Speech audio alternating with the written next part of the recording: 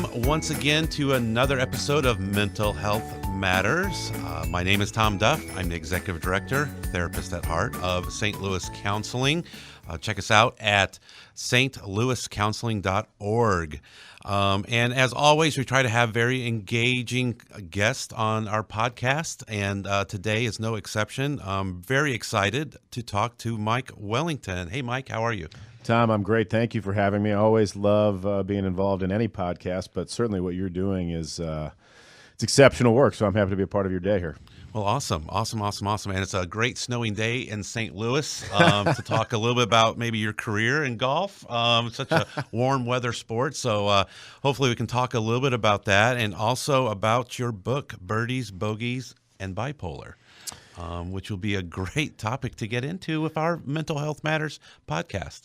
And certainly a great Christmas gift, I'm sure, for many people out there. Oh, man. So how could they find that book? Amazon.com, just like anything else. Excellent. Yeah. Isn't everything? I think is so on Amazon. Now. Just about anything you could ever need is there. Yeah. And it's usually a good price as well, too. Of course. Well, awesome. Maybe start with first, how did you end up at the point where you realized I need to write a book about my life? What came about in your life that, hey, you thought you had a very interesting story to share? That is a wonderful question, and the reason it is because I know the exact moment when I decided that I was going to write my book and start our foundation and just kind of change gears. I was at a wedding in South Florida, the West Palm Beach area, and had a great time with some friends from Chicago that came down there to get married. And I had been overserved the night before at their wedding, and nothing wild had happened at the wedding or after the wedding. In fact, things were it was a great night. And I went back to the place I was staying at, and I woke up the next morning, and I was hungover for the, 1,000th time in my life, being someone from St. Louis who grew up around the home of Budweiser and then going to school in the South and learning how to drink whiskey. And I just was what a great combination. Yeah, I was hungover again, and it just kind of hit me. The hangover was so bad and just so. It was really just a suicidal depression feeling. And I thought to myself, you know what? I've felt this so many times. Today I'm stopping alcohol. And I had a friend of mine who's actually from St. Louis who had encouraged me to write my story. And that was when I just began to be sober from alcohol and just decided I wasn't going to drink again. I was going to write this book. I mean, writing was kind of my 30-day or 60-day treatment, if you will. I didn't go to a facility. I didn't go to the Highland Center or go to another, inpatient situation. I just decided, you know what? I'm going to stop drinking. I'm going to write this book and see where it goes. And it turned into a meeting with a friend of mine named Ryan Pennington, who's a close friend of mine I went to DeSmet with. He and I kind of sat down one afternoon while I was in the middle of the writing, maybe halfway through, and we came up with the idea for our foundation for Birdies for Bipolar. We're going to use golf as a good vehicle to have events and spread awareness. And that's kind of the day. The time that happened was October of 2011 when I was hungover after that wedding and decided I was going to stop drinking. And so that was the time when I just kind of changed gears. Wow. So when you look back, and at that point, you had realized you were dealing with some mental health issues, right? Oh, I had at that point, a number of hospital stays. I had struggled so badly with the bipolar disorder, whether it was my own doing and not taking my medication, or maybe I was taking my meds, but I was drinking. And certainly, as you know, Tom, drinking alcohol will negate the effects of most mental health drugs, or certainly my bipolar medication. And it was just I had basically had enough. Is the best way I could explain it. So so we often hear a lot of times as well, people will use alcohol or drugs, self-medicate to deal with some of the highs and lows. Yeah, and very accurate. And very accurate. So from your standpoint, when you go back and look, well, maybe if you can kind of explain to some of our listeners out there what it's like when you look at bipolar, the lows and then the highs. Like, what's a low feel like? The low feels like complete blackness. It feels hopeless. It feels energyless. And that's the bottom side of it. Now, the crazy flip side to that is the mania of bipolar, which is intoxicating and is the best high or buzz you'll ever feel in your life. I mean, I went to college, so, I tried drugs a little bit, and the feeling I would get from mania was 10 times better than anything I could find, in the college life, or certainly better than, getting drunk. That's for sure. The mania was you felt like you didn't need to sleep. You just had all this extra energy. And that was kind of an addiction for me a little bit. Was I wouldn't, in 2004 and 2005, I struggled a lot with mania because I wasn't consistent with my medication. And I just liked the feeling of the mania. Yeah, you wouldn't want to take your medication then, yeah, right? because if you felt so good and you didn't want it to end, and you knew that, well, if I start taking my medicine, I'm not going to feel this high anymore. But the high always leads to a terrible place. In my case, it would always lead to winding up on the side of the road with no clothes on, or winding up in a drunk tank, or winding up, driving somewhere that I shouldn't have been driving.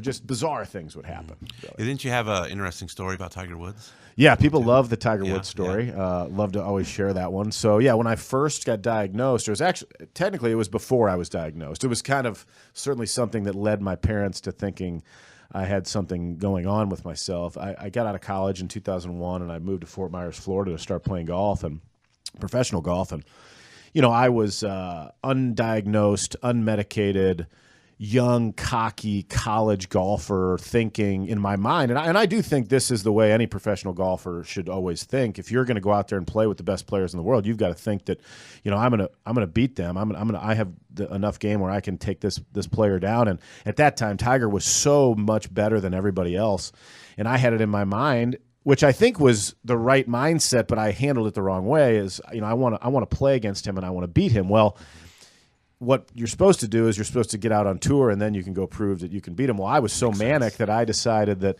I was going to drive from Fort Myers, Florida, all the way over to Orlando and challenge him to a match. Beautiful. Right. Beautiful. Which at the time, if you recall, this is the beginning of 2001, January, Tiger had just won 3 majors in a row. He was about to win his 4th, so no one ever was going to beat him at that point. You needed to prove you could, right, though. Right, yeah. But and really, this is a story that my friends and I laugh about now, because nothing ever happened. I was never able to get in front of him or meet him or anything like that.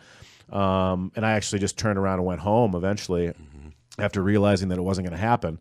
But yeah, that was the story that, when I look back on it, it's a little embarrassing, but at the same time, I think if you are going to play professional golf, like I said, that is the mindset you need to have. But certainly that just tells you, when the brain is engulfed in mania, how things look to you. They're bizarre. They don't make sense. In looking back on it, I should have never done that, right? But at the time, you think it's the right thing to do. But the blind spot for all bipolar people when they're manic is they think that their behavior is proper and what it's supposed to happen, right? Yeah. But it's really not. And it took me many years and many stories like the Tiger one to understand, how powerful the mania can really be. And with medication, right? Medication can help balance those highs and lows. No question. So how, and there's a lot of fears out there with taking psychotropic medications, really any medication. But how did you kind of get to that point in life to say, you know what, it's okay that I do this, and it's not going to, hurt me on any level?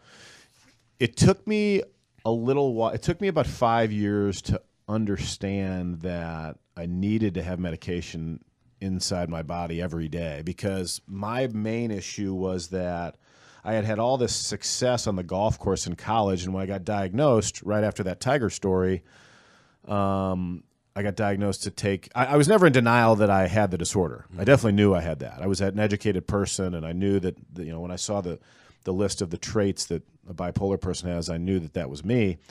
But I was in denial that I needed medication. I thought because I had this success in college and because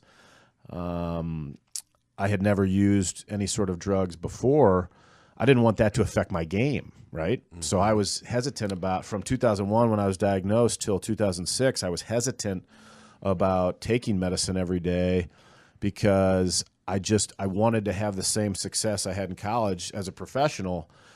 But now, 17, 18 years later, I realized that was the wrong way to approach it. In fact, if I would have been more consistent with the meds earlier, I think I would have had more success on the golf course because the medication can slow your mind down.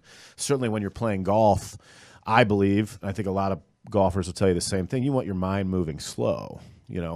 But when you're manic and you're not on medication, when the bipolar is spinning your brain around, you don't have a chance for your mind to be slow and quiet.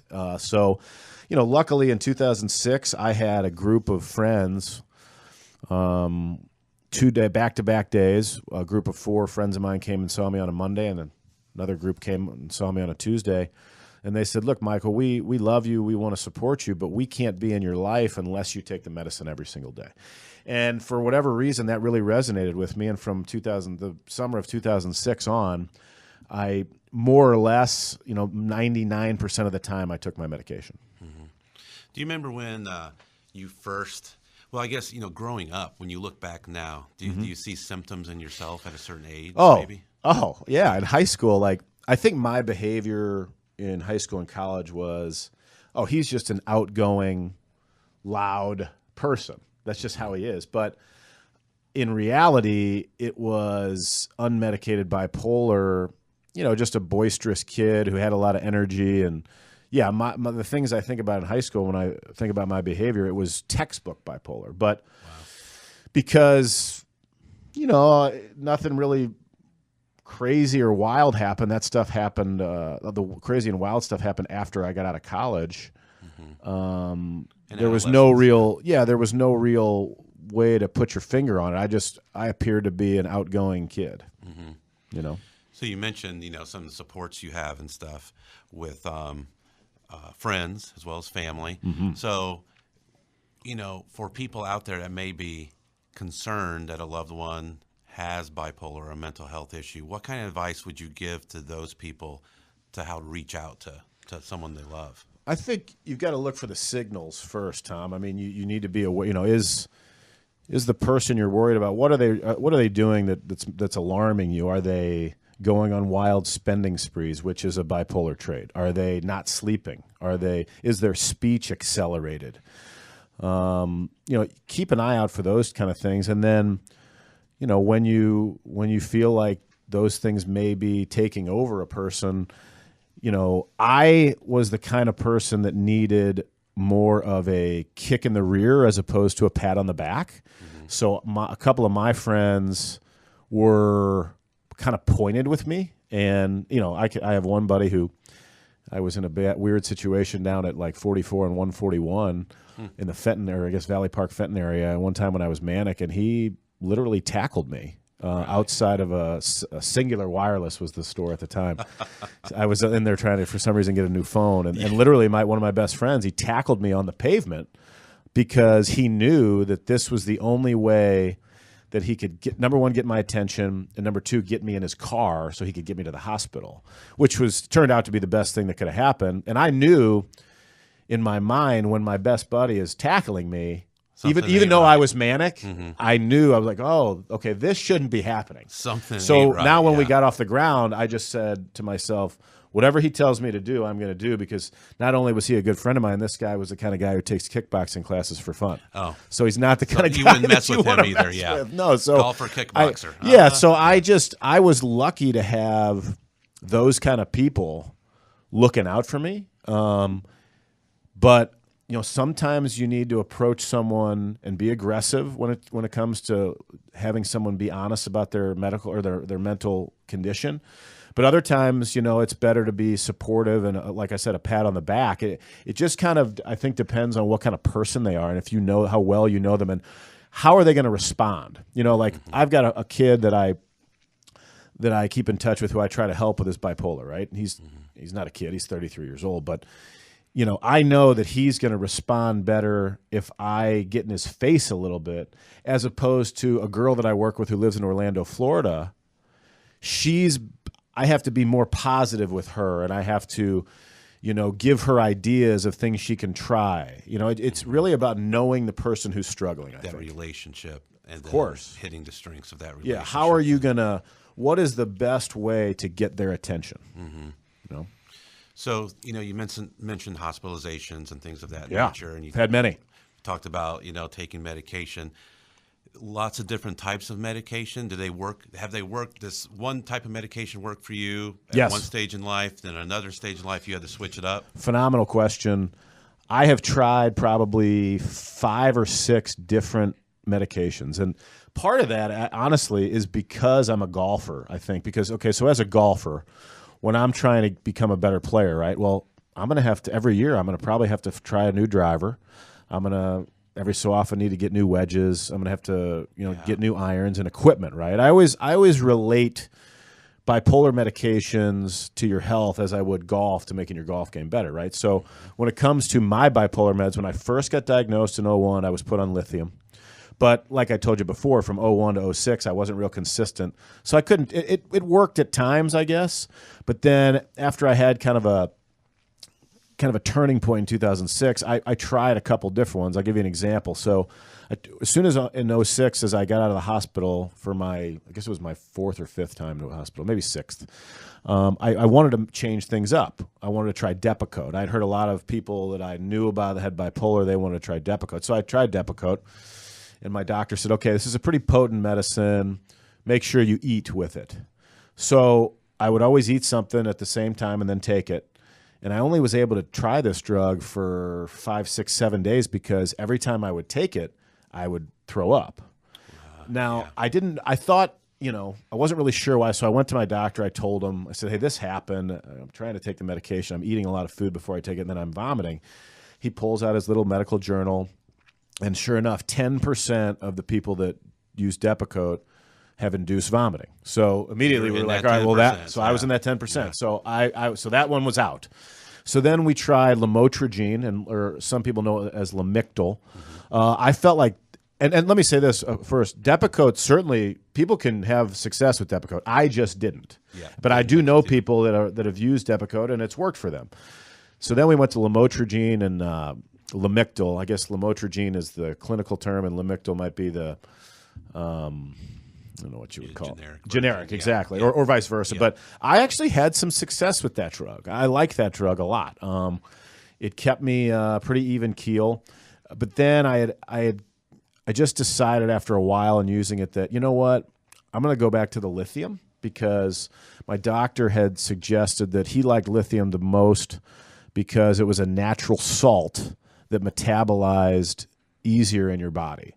So I felt like that was pretty good, and I had, admittedly, I had played some in the past. I had played some good golf when I was on lithium. So I thought, hey, why not? Let's go with something that works, or just at least have a little bit of confidence there. And so, and lithium is kind of the standard.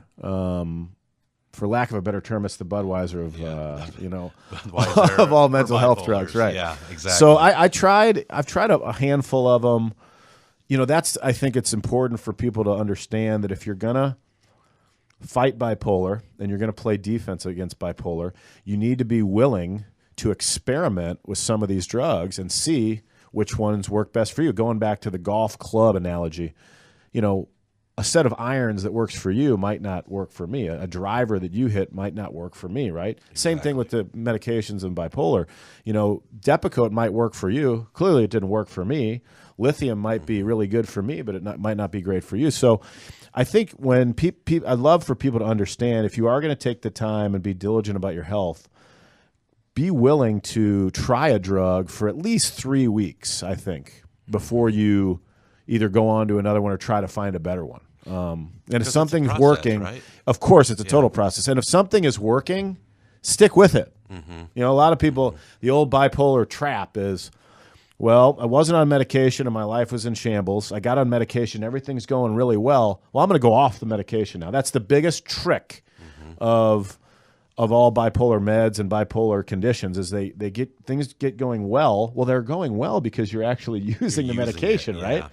I always relate that to a pitcher having a no-hitter in a baseball game, right? Like, so if a pitcher has a no-hitter going through 6 innings, Do you think he's going to go back to the locker room and change his shoes or use a different glove? No. Same no. thing. Same thing with bipolar. If I've got 6 months or 4 to 6 months of quality life taking one drug, well, why would I switch? It doesn't make any sense. Well, it's that acceptance, right? So it's some acceptance that, like, I have a mental health issue and I need medication. So was that a struggle as well? Because I think sometimes people don't want to. I think it's why they get off of that. Like, I'm doing okay. I can handle this. And I don't want to have a mental health condition for the rest of my life. Yeah. But for you, was there some acceptance and, like, this is who I am? Kind of. I guess I had to learn a lot of hard lessons. Certainly the first 5 years wasn't consistent. My life was kind of all over the place. My golf wasn't real good. Because I think, like I said before, I always knew that I had it, but I just had the hardest time admitting that I needed to take medication for it. But, every time I would wind up in a hospital, or every time I would wind up in a drunk tank, or every time I would wind up somewhere with no clothes on, there was 2 common denominators, Tom. Either I wasn't taking my meds, or I was drunk, or both. So, I'm unfortunately the kind of person that in order to get things accomplished and do things, I have to do them more than once. Yes. And that's okay. Yeah. But I had, my book is an example of, what not to do and how I had to learn to do that. I just, for whatever reason, it took me a lot of trial and error before I was able to find some sort of level ground. You've mentioned playing golf and some of the similarities and stuff, and with maintaining mental health. Is there some comparisons with how you play golf or how you should play golf? And maintaining your mental health? Phenomenal question. I just got back from New York, and I mentioned this in a talk that I did in New York on Monday night. The reason I think I have been able to achieve better health and basically beat bipolar disorder and win against bipolar disorder is because of the professional golf mindset. As a professional golfer, your mindset should always be, and I think if you asked anybody on the PGA Tour, they tell you the same thing. The mindset is, I've got to get better today. I've got to get a little bit better each day, because if I don't get better, all the other guys out there are getting better, or at least they're trying to get better. And I had to apply that to my health. For a long time, my priorities were out of whack, and my number one priorities were golf and partying, or partying and golf. And my health was like even further down the list. Especially when you're younger, right? Right. You don't even think yeah. about that. So, and then once I was able to flip that around and put my health as the number one priority, everything became a lot easier. You just have to do things every single day, because bipolar isn't going to stop coming at you. It never stops. It's just like golf. Like, you're never going to totally master golf, and I don't think you're ever going to totally master bipolar, but you can do things every single day that, like I said, the terms I use when I give these talks is I always say play defense against it, because, like I said, it's never going to stop coming at you. It's always going to come at you hard, so you need to do things every day. So the things I do every single day, obviously medication, exercise is huge. I've learned how to do transcendental meditation, which has been a nice tool. Music therapy, proper sleep. What kind of conditions are you sleeping in? Is the room you sleep in conducive to helping you get quality rest? Do you have a TV in your room, which is bad? Is your TV on while you sleep? Terrible. So I've become a student of what I need to do to play defense against bipolar, like all the sorts of little things that you can do every single day. And it's good, because as you get older with bipolar, you learn more and you can apply different exercises or ideas that really help you play defense more properly. So 2001, 2011, 2018, kind of some, up to current here in 2018, very different lifestyle you lead compared to, because you mentioned some of those things like, sleep and some of the nutrition, things of that nature. Yeah. I didn't know how to eat in 2001. Certainly didn't know how to eat really well in 2011. diet's gotten better, sleep. I mean, that was one of my main issues was I never didn't feel like I needed sleep because I was manic a lot of the time. And, I would there's many nights in this town where you can stay out till 3, 4, 5 in the morning, and it's not that difficult. You can find people to do it with, and you can, there's a lot of places you can go. So that was a problem for me. I was very good at out till 4 or 5 in the morning, up at 6 or 7, going to the golf course or whatever I was doing. But yeah, my lifestyle is totally different now. My diet is completely different. I don't drink. I'm rarely up past 11 o'clock. I'm up early, to the gym first thing. So yeah, the lifestyle has certainly flipped around. And so, obviously you're very open with talking about Sure. mental health and your story. And we know that stigma, and that's one of our focuses, on the podcast, is to have some really engaged conversation and make talking about mental health okay, first of all. And so for you, there could be a lot of, as a professional golfer, things of that nature. There could have been a lot of reasons not to talk about it, not to bring it to the forefront, not to acknowledge it. And now even looking back, what gave you the courage to come forward and say, you know what, I've got a mental health issue. Let's talk about it. I'm not sure I guess I don't look at, it's nice of you to say that, like courage. I just don't look at it like that. I look at it more like, hey, you know what? I have this. I know I have it. My behavior proves that I have it. So let's fight against it. Let's figure out how to get better. Professional golf mindset. Let's get better. And, Tom, it's weird. In high school, I was the guy that would give you the test before you took it. Okay. Now this is, I went to high school before computers. And so for some reason, me and a couple other of my friends, we had the test before you would take it. Right. So if you had a history test, if you consulted me, I might be able to give you. So, and I always wondered why was I like that in high school? Right. Well, I realized that's how I am now, because what I'm trying to do is I'm trying to give people the answers to the bipolar test, because I've already taken the test for 17 years. Yeah. Okay. And I relate it, and if you want to relate it to golf, growing up in St. Louis at Westboro Country Club, was around a lot of great golfers over there, and I learned match play very early. And if you know what match play is different from regular golf and stroke play. Somebody might go out and they count all their strokes. They shoot 100, or they shoot 90, they shoot 80, whatever. Pros shoot in the 60s and whatnot. But match play is just you against your opponent, the person you're playing. You're just trying to beat that person. Well, every single day, I've got a match against bipolar disorder, right? And the thing that I was 18 was in match play, you get your opponent down and you step on their neck, right? That's the mentality. That's a competitive mentality. And that's the mentality I take with bipolar. Like, from 01 to 06, bipolar had me, was stepping on my neck. I mean, it had me pinned down, and I didn't even realize it. But now I've got it. I've got my own bipolar. I'm stepping on its neck, and I'm trying to work with and help as many people as I can understand that, hey, if you do A, B, and C, you can play defense a lot easier, and you can step on bipolar's neck a lot easier if you do these things. But if you don't do these things, well, you're going to struggle. I'll give you an example.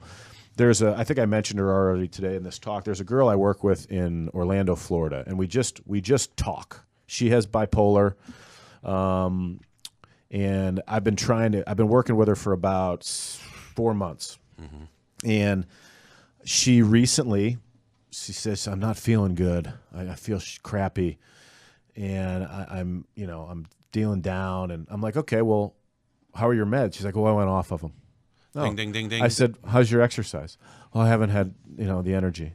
How's my foundation paid for her to take a transcendental meditation class because she had anxiety along with her bipolar. And I said, well, how's your meditation going? She's like, I haven't been doing it. I go, well, let's just put it all on the table. You just told me everything. And you were, and when we started working together, I got you doing all these things, and you started feeling better. I got your parents calling me, telling me, thank you, you're doing great. Now you aren't doing these. I said, here's the deal.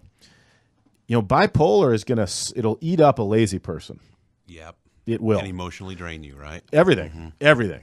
And I know this because it's happened to me. If you want to fight mental illness, specifically bipolar, you can't be lazy. You've got to do something or a handful of things every single day. So, it's pretty simple. If you do the things that you know that are out there to help you, you can manage it, okay? But if you don't, boy, is it a struggle. Because she was just not. And I had a really long talk with her on Monday about things she can do, and just tried to give her. She was the kind of girl you needed, like I said, pat on the back. She wasn't the kind of girl that you wanted to push. You needed, yeah. So it's just, and I see the same things with all sorts of different people. They get lazy with all the things they need to do, and then inevitably, when you get lazy, that's when the bipolar really swallows you up. So that whole concept of working within a treatment plan, either you're working with somebody, a therapist or a clinician to help you with that, or even by yourself coming up with that plan and sticking to it is kind of a secret to success in some regard. Routine would be the word I would use, and it's, I think a lot of people get frazzled when their routine isn't exactly the same every day. And I want to be very clear about this because I think this could help some of your listeners. Just because you have done a routine in a certain order doesn't mean you have to do that in the exact same order every single day.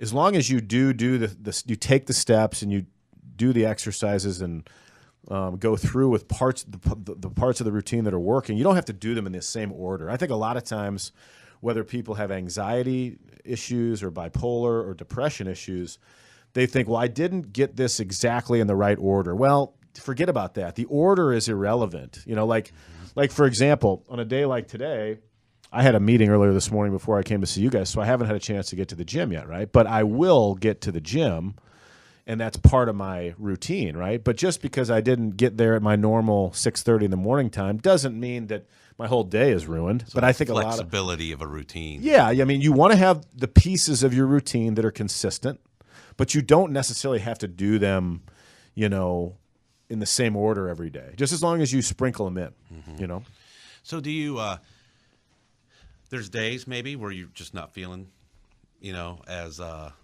strong as you think?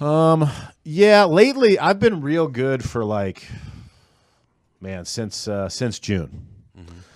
June, I don't know what for whatever the reason was. I don't know. I've been really, but yeah, in the past, sure, there's days when your energy level isn't as good and you've got to force yourself to do those steps in the routine.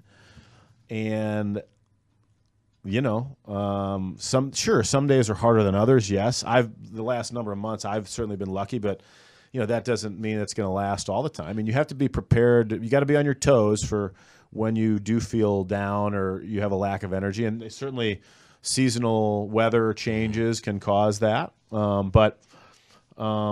Yeah, I've been, I guess, good the last number of months, but it's certainly, I'm aware that, if you miss steps of your routine every day, that's when your momentum can switch. I just right now have really good momentum. So important for people to know then, not every day is going to be perfect. No. You're on your medication and you're following your routine, just like anybody. And that's just, I don't think that's mental. That's just life. That's just life. Yeah, that's not mental illness or lack of mental. That's just every day, Sometimes you're going to have days with your work that are going to be good, or your relationship, or your family, but not every day is perfect. Put it all on mental illness if you have that. The only time that you can feel like everything is perfect is when you're manic, and that's a fake. It's a fake feeling, to be honest. Yeah. So your foundation, let's talk a little bit about that because I think that's pretty cool. Thank you. Yeah. So you've been able to work through some of these issues yourself and maintaining a good lifestyle, and you're like, you know what, I'm going to give back.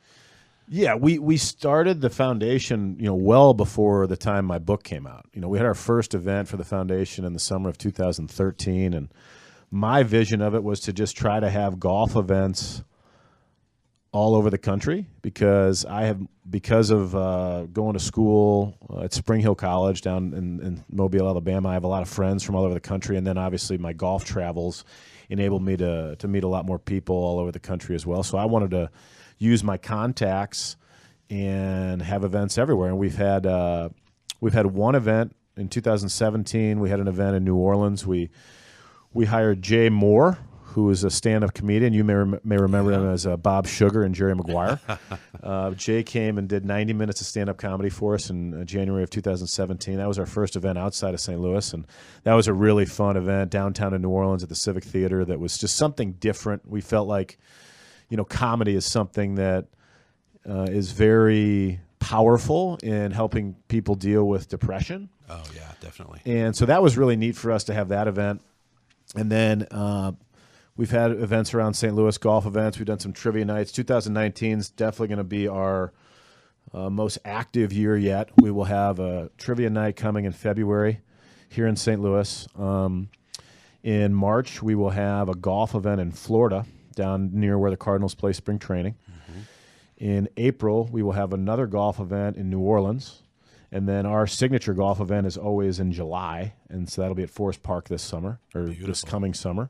Beautiful. And so, yeah, we're really starting to grow. I think that people are starting to understand that mental health is something that is so important just to have to function on a daily basis. And unfortunately, the things that we're seeing that are on the other end of the spectrum, as far as, suicides and people that are unfortunately trapped in hospitals and may never get out, and there's that side of it that's ugly. And I'm just trying to keep as many people out of the hospital as I can, because I've had enough hospital stays where I know what it's like in there. My longest hospital stay was in 2006. It was 33 days. The shortest hospital stay I had was I think 3 days, and I've had 7 hospital stays, involuntary, Baker acted, some people use that term. And frankly, all of them were warranted. I was either not on my meds or, like I said, drinking, and I was out of control. And so, luckily, golf has embarrassed me to a certain level where I don't feel like the bipolar embarrasses me. If you play enough golf, you're going to hit bad golf shots, and the golf ball is going to do crazy things, right? Every time I play. So you're going to feel embarrassed, right? And I think that's really helped me in dealing with the embarrassing things that my bipolar has caused, because I've already felt embarrassment when I was right in the mind. Mm-hmm. Yeah. So doing something you love, right? By playing golf. Yeah. So I never struggled with, what is somebody going to think of me because I have bipolar, because I had already felt, in my mind, worse embarrassment on the golf course if I were to flub a chip shot or 3-putt a green or, leave a sand shot in a bunker or something like that. So have you ever teed off and hit one of the tee markers and the ball came back and hit you? Not yet. Okay, I did it once. It was, okay. So you understand the embarrassment factor. Exactly, right. The embarrassment of it. Yeah. So the foundation golf is growing, and golf has enabled that. Golf is such a wonderful vehicle. I had a couple summers ago. I did a talk in Chicago, and I was introduced to this woman who. She was a wealthy woman, and she unfortunately had lost her brother to bipolar. He had committed suicide, and so someone connected us, and we had a couple meetings. And I thought she was wanting to get involved with us, and she eventually told me that golf wasn't big enough for her to get involved. Little did she know that the PGA Tour has generated more money than the NFL, Major League Baseball, and NHL combined in charity giving. Mm-hmm. And she also told me that I shouldn't be the person running Birdies for Bipolar in my organization because I have the disorder, I'm too close to it. Oh, wow. Needless to say, she's not involved with us. Yeah, but and the weird thing with that is that you run into people who their families have been scarred or touched by mental illness, like this woman.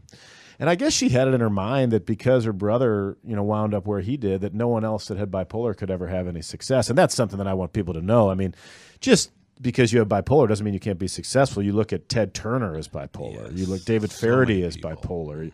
Mm-hmm. I think Ben Stiller's got bipolar in his family. And,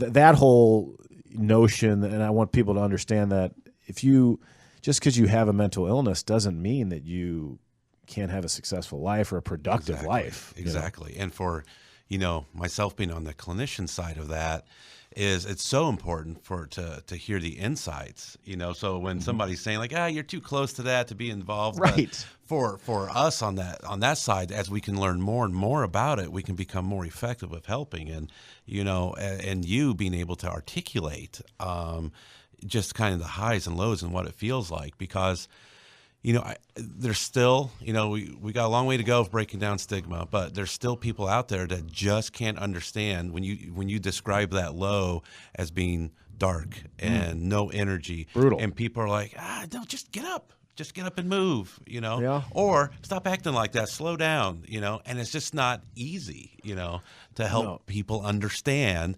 You don't want to not be able to get out of bed, right? Of course, I mean, yeah. you don't want to do that. Right. Nobody wants that. Yeah. So helping people understand it's mental health. And like you said, also, it affects every part of society. You everywhere. Look at people trying to keep jobs. You talk about unemployment rates. Well, how much does mental health play in some of those people who can't keep their job? It really is everywhere. And the longer I've been in this space, if you want to call it that, of this 5 years of, doing the foundation and getting the book out there, it is truly everywhere. I get calls and emails from people that I've never met in my whole life that stumbled across our website because they're panicking about what they're going to do about their loved one, whether it's their son, their daughter, their mom, their husband, whatever. They reach out and they're like, what can I do? And I always, every single time, I listen to the story and the case and I say, well, you can try these kind of things. I never get specific on medications because I'm not a doctor, but as far as like exercises you can do, meditation, all that other sleep, all that kind of stuff, I certainly always lend those ideas out there, but it really is everywhere. And someone is always, it's like that thing with Kevin Bacon, the 6 degrees of separation. Yeah. It's even more with bipolar, I think. Yeah. Because you've got 24% of the population has been diagnosed with some form of mental illness. That's only the people that are bold enough to go get diagnosed. True. Let's talk about the other 25 or 30% that are afraid to go in and find out what's wrong with them. Exactly. So, everywhere you turn, that 1 in 4 people, someone's dealing with something that we know of. Mm-hmm. So when you look at that, it's, everybody, somebody that has a mental health issue going on in their life right now. Yeah. And sometimes it's about starting that conversation, checking in on that person. We are here with Mike Wellington. Had a very engaged conversation today. And Birdies, Bogies, and Bipolar, look it up on Amazon. Sure. What's your website for the foundation? The website is Birdies, and then the number 4, bipolar.org. And, the website will tell you a lot about who the people are that are involved with us, which I think is probably our main strength. We've got educated business people, athletes, doctors, people in the radio business. I mean, we've got all different walks of life involved, and that's one of the coolest things I like about it is that, we've got people involved with us that from every single sector out there. And that's what's enabled us, I think, to grow a little bit because, right now we're on much better footing. The last 6 months or a year, we've finally, in my mind, we've come to a place where we are truly making a difference. It was difficult there the first 3 years, I would say, because like you were talking about the stigma and people don't know what to do about all of it. That's the biggest thing I notice out there is that people are so uneducated and they don't have any experience on how to handle this. Mm-hmm. And this is not something that's easy to handle. You need support. Yeah, so our website's got the people that are involved with us. We've got got some stuff we've done on the media, some stories, whether they're radio interviews or some newspaper stuff.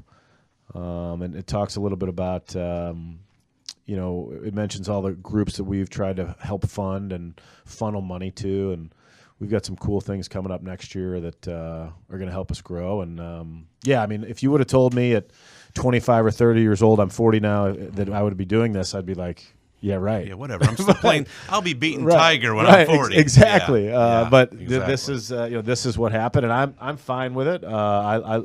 I just, like I said, I really want to give people the answers to this test, because this is a serious test. It is a all-encompassing thing that if you don't have it in order, you're going to really struggle, and you're going to wind up in places you don't want to be. And I just know, because it's happened to me. And I'm just lucky that I had good people around me, and I think my mentality as a golfer and I love to compete, and I think I've learned to compete against the disorder. I think that's something people need to really consider is, hey, if you get diagnosed with a mental illness, compete against it. Don't, you're going to read about things you should do, but really try to beat it.